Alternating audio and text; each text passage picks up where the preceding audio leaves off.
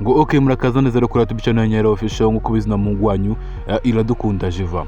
Uyu munsi rero ni inama ikomeye cyane by'umwihariko ku bajene cyangwa se kuri buri muntu wari wese, yaba umwana muto, yaba umuntu mukuru, yaba buri muntu wese nyine. Iyi ni inama ikomeye cyane. Ubundi uzakunda kumva abanyarwanda cyangwa se umugabo w'abanyarwanda ugira uti gira neza wigendere. Ibi bintu mukabisuzugura cyane. Banza wumve iyo nkuru. Ndizura mukobwa batemye anyibutsa nanjye ibintu byambayeho Inyamirambo. Kambabwira inkuru amaye kandi muzongeye kuba bisingiye ngiye kubabwiza ukuri. Bo nabaga Inyamirambo ahantu bita kwa mutwe hara uzamuka abantu barahazi kwa mutwe kuri ka gahanda k'amabuye uzamuka ugana ku misigiti muri turadukariti twahunga habafi no kugitega hara narahabaje. Bo nabaga ubwo nabaga nkora ibintu byari ibintu nakoragayo naragiye gukorayo nkabigiye kinini. Nuko rero nari mpamaze nahimbukiye hashize nk'amezi abiri Nyamirambo. Ndavuga nikajya kwitemberera ariko Rwanda ariko mane Nyamirambo ndatembera njya Nyabugogo. Hari umuntu nagiye kurebayo ngo turagenda tumara igihe saa sita z'ijoro hafi saa saba nditarira. Ariko naravuga Imana nditahira sinitahiye ndazamuka ubwo ndi kuzamuka ruguru no kugihehera kuri hariya uzamuka Nyabugogo ura muhanda wo kuzamuka sindi kuhibuka niba ari hehe kigita ntago mpibuka neza nimpibuka ndababwira. Ubwo ndi kuzamuka nca ku basore batanu bari bambaye neza sha utanakeka kari bisambo n'ukuri kw'Imana. Nuko ingegera rero nzitambutseho nje nari kwihuta cyane nta muntu nitayeho rwose nifite telefone mu ntoki ndi kwirebera utu nawe wibaze saa sita z'ijoro Nyamirambo ufate telefone ya taci. Bo ubwo ndi kwigendera ngiye kumva numva umuntu arankomye. Ndavuga ndapfuye turashize. Numva umuntu arankomanga mu mugongo. Ubwo akimara kunkomanga mu mugongo mu gitamara akimara kunkomanga mu mugongo izindi ngegera ukwarenye zitazinzenguruka. Ndavuga ndapfuye n'ukuri kw'Imana Yezu we ntangira gutetera.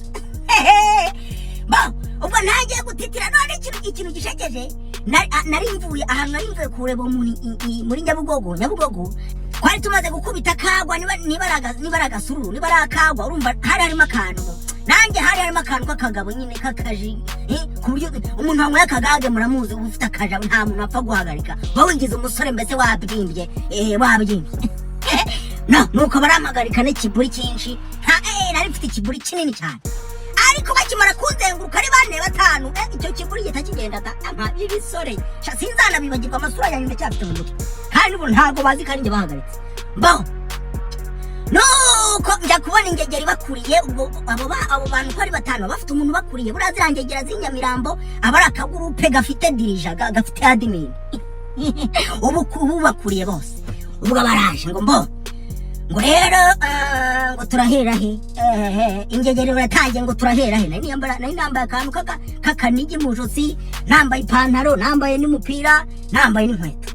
Ubwo ingegera ibi inkoze mu mufuka yumva ya telefone wumve ibikoze muri ngo yangegera ngo mfasha ngo ingegera ngifite nka iPhone bahita mbwira ngo rero maze umfukuntu ingegera zigize za kiganga ngo kora mu mufuka ngiyo telefone ngo yimpereze inkweto ngo kuremo ngipantaro kuremo ngo sigarane bosa ngo ubundi wirukanye.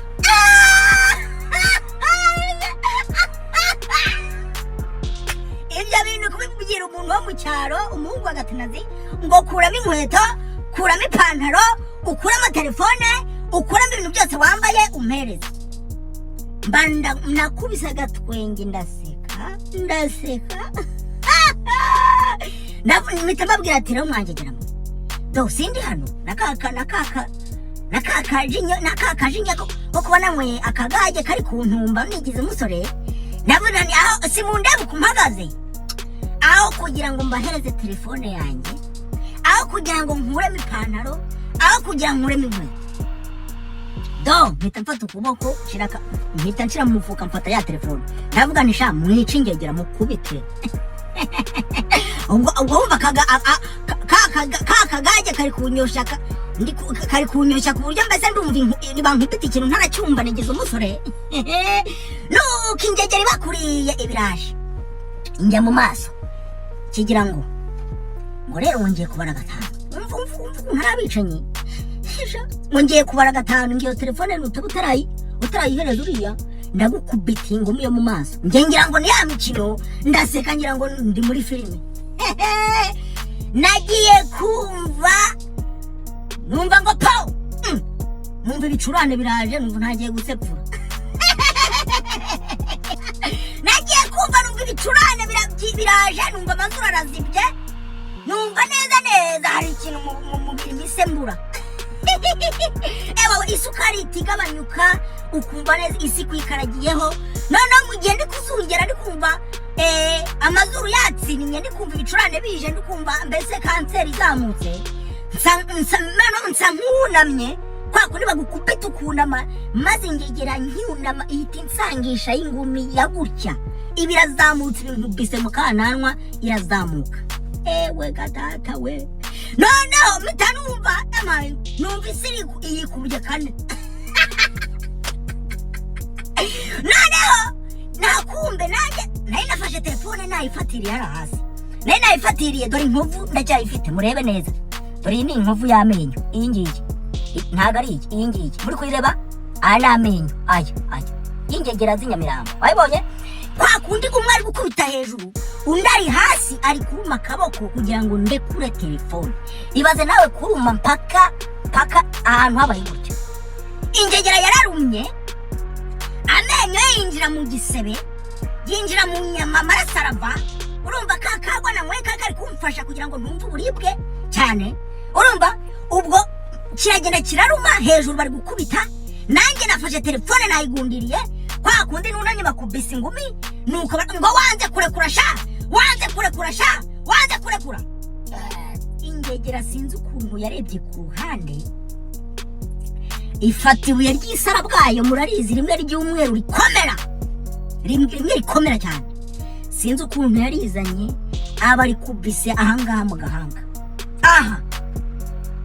yankubise isara bwayo ryano mu gahanga nkuhereye numva ndatabangaye ubwo noneho ikintu gishekeje mwa bantu mwe mwumva ukuntu abantu ari inyamaswa ibyo byose babikoraga hariya inyamirambo muri wa muhanda uzamuka abantu bari gutambuka bari kugenda bari no kudutambukaho hatabaza havuga ni mwana abaye ko shanga ubwo ngo murahaze ngo nizangegera zimaze kunywa ibimogisha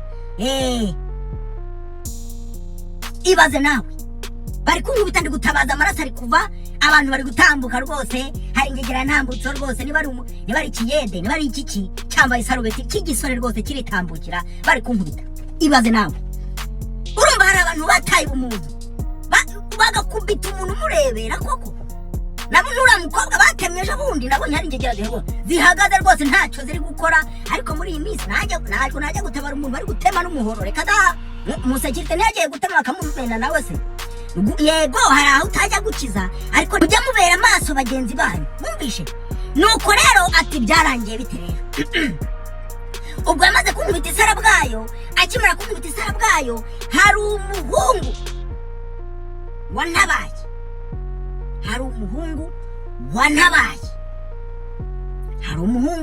wantabaye icyo gihe ngiye kumuvuga izina rye mumumenye afite na YouTube channel yari azi ko buriya ntabyibuka ashobora kuba atazi ko ntabyibuka uwo muhungu arantu twahuriye twiganye ibintu hari ibintu nize byo gufata amavideo ibintu n'ibyo hari ahantu twabyiganye simpavuzeho kuko ingegeraza ntago mpavuze simpavuze gusa warahazi ubwo icyo gihe iryo joro uwo muhungu twari twarahuye inshuro imwe twahuriye ahantu inshuro imwe turamenyana aho hantu twiganaga ubwo tumaze kumenyana umunsi umwe nkazamwigisha utuntu nzi nawe tukamenyana ibiki n'ibiki wumvishe kugira neza ineza ukayisanga imbere yaraje aza mu kigo cyacu ari mushyashya nsa nk'umwigisha utuntu nyine inzi aratumenya noneho niwe agiye kureba ngo amayi nka data ngurane niba ari gukubita aza kuntabara niwe wantabaye abo bantu bari kunkubita birukankaho uwo muhungu bamwita ni Rukundo yitwa Rukundo nawe njya mbona ajya akora ibiganiro nabe ku ma YouTube yitwa Rukundo niba channel yitwa Rukundo TV niba ari Rukundo ki niba ari Rukundo comment simbyibuka muramuzi yitwa Rukundo ariyizi ubwo nawe niba ari kureba ikiganiro aratabimenye ibintu ndi kuvuga nk'uko umaze kubyumva rero uwo nguwo ni Kakajwi, aho yagiriwe neza n'umuntu nawe aza kumugirira neza. N'ubu ngubu kumuvuga kuri iriya YouTube channel yiwe ni ibintu by'agaciro cyane. Video irebwa n'abantu 18, video irebwa n'abantu benshi cyane, nako magana, ni 100 hafi aho ngaho. Ni abantu benshi cyane baba bamubonye kandi abanamupromotize cyane cyane. Rero niyo mpamvu avuga ngo ugira neza wigendere, namwe mujye mukora neza, mufashanye, mubane nyine, mukundane cyane. Ndabakunda cyane no mu ngwanya dukunda Jiva. Ciao ciao.